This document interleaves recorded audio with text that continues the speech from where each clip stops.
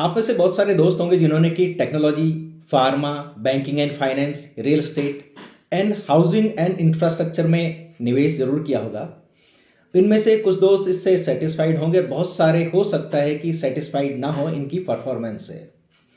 तो ये कौन सी कैटेगरी के फंड्स हैं और इन्हें क्यों सबसे डेंजरस कैटेगरी में डाला गया है म्यूचुअल फंड्स की, इसके बारे में बात करते हैं। और ये फंड्स किसके लिए हैं, किन्हें इसे लेना चाहिए, इन्हें लेते हुए क्या सावधानी रखनी चाहिए, इनके क्या फ़ायदे हैं, क्या इनके नुकसान है, उनके बारे में मैं बिल्कुल आम शब्दों में, आम भाषा में आपके सामने ये वीडियो रख रहा हूँ। तो आइए इस पे जो है बात करते हैं। नमस्कार दोस्तों, कुछ पारिवारिक कारणों और अन्य व्यस्तताओं की वजह से मैं बहुत दिनों बाद आपसे मुखातिब हो पा रहा हूँ वीडियो के ज़रिए।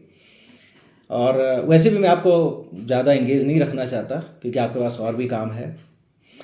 खैर, आते हैं असली मुद्दे पे। तो बात हो रही थी एक ख़ास कैटेगरी की, म्यूचुअल फंड्स की, जो कि सबसे ज़्यादा डेंजरस कैटेगरी मानी जाती है। और इस कैटेगरी को कहते हैं सेक्टोरल कैटेगरी या सेक्टोरल फंड्स। तो इसमें technology, pharma, infra, real estate, banking and finance, IT, इस तरह के सेक्टर्स इसमें आते हैं। अब ये सिर्फ डेंजरस नहीं है, बहुत ज़्यादा हाई रिटर्न्स भी ये जनरेट करके देते हैं।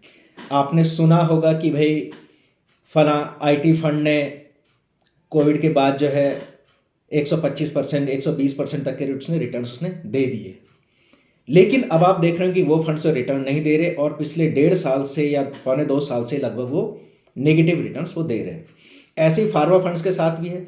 कोविड के दौरान सबसे ज़्यादा ज़रूरत फार्मा एंड हेल्थ केयर की थी, तो फार्मा ने लगभग 7-8 महीने में ही आपका पैसा डबल करके दे दिया, जबकि और फंड्स नेगेटिव जा रहे थे।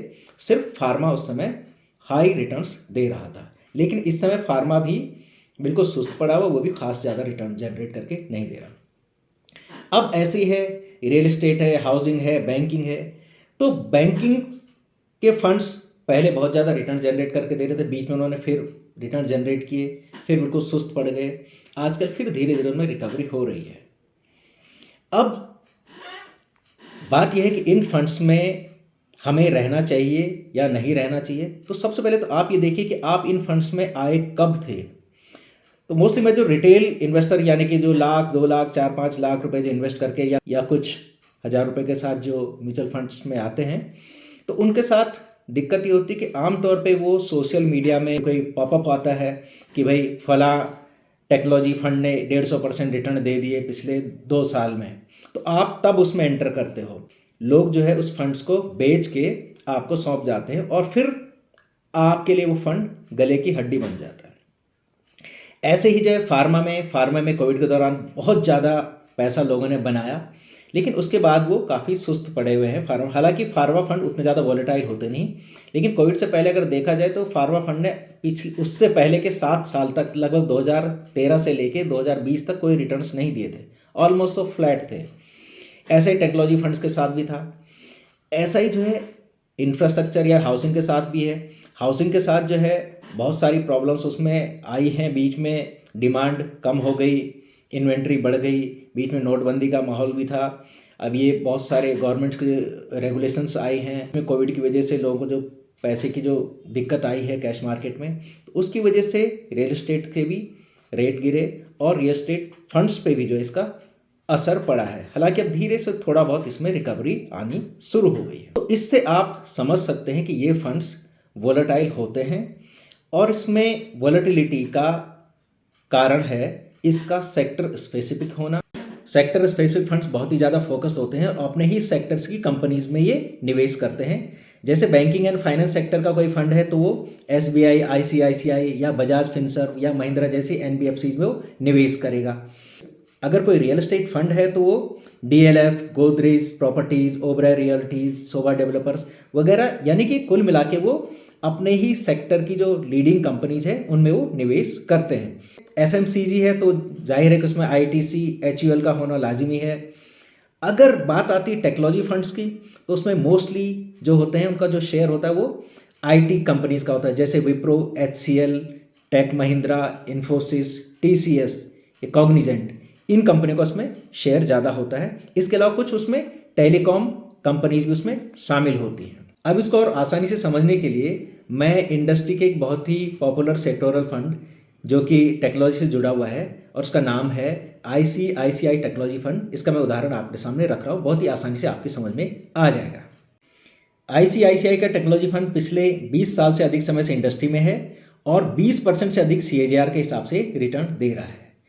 कोविड के दौरान इसने एक साल के दौरान 110% के रिटर्न दिए, लेकिन पिछले 1.5 सालों में ये नेगेटिव रिटर्न दे रहा है और इस समय भी लगभग पिछले एक साल में इसके रिटर्न्स लगभग 10% नेगेटिव हैं। कोविड से पहले की बात की जाए तो उससे पहले भी ये काफ़ी समय तक ये रिटर्न नहीं दे पाया था, लेकिन इसके जो ओवरऑल CAGR अगर देखा जाए, मोटा मोटी ये कहें कि सालाना रिटर्न्स अगर इसके देखे जाए तो इसने लगभग 20% के हिसाब से पिछले 20 सालों के दौरान लगातार इसने रिटर्न्स दिए हैं। लेकिन इतनी ज़्यादा वॉलेटिलिटी क्यों है?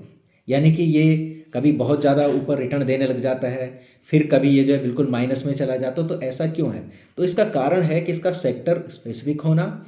अगर फंड के होल्डिंग पैटर्न की बात की जाए तो ये सिर्फ टेक्नोलॉजी स्टॉक्स में ही निवेश कर सकता है, जैसे Infosys, TCS, Bharti Airtel, HCL tech, Wipro वगैरह।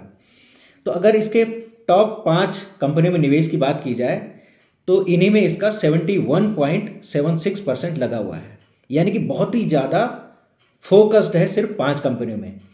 तो अगर कोई गुड न्यूज़ आ जाती है इन कंपनीज के फेवर में, जैसे कि US में डिमांड बढ़ जाए या यूरोप में जो रशिया यूक्रेन क्राइसिस है वो ख़त्म हो जाए, तो इन कंपनीज के शेयर्स अपने आप बढ़ जाएंगे, जिसका फ़ायदा टेक्नोलॉजी फंड्स को होगा, क्योंकि ये मोस्टली एक्सपोर्ट ओरिएंटेड है।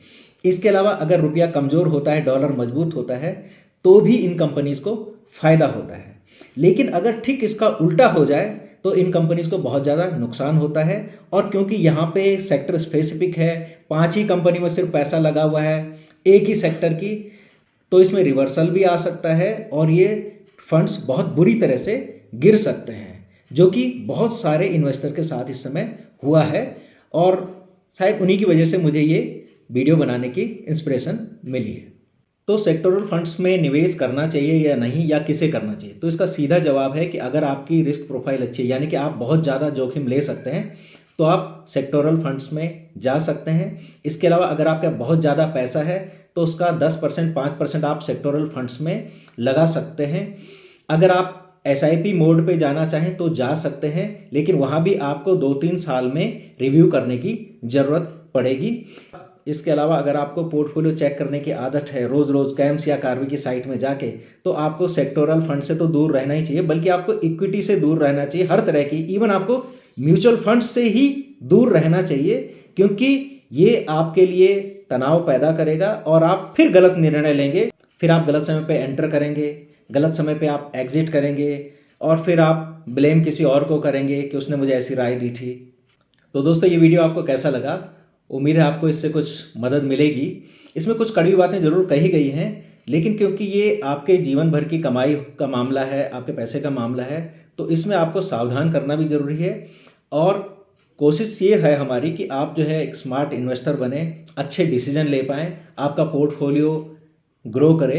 तो दोस्तों, आपको वीडियो पसंद आया हो तो इसे लाइक करें, शेयर करें, और अगर पसंद नहीं आया है तो अपना फीडबैक कमेंट बॉक्स में ज़रूर दें। नमस्कार।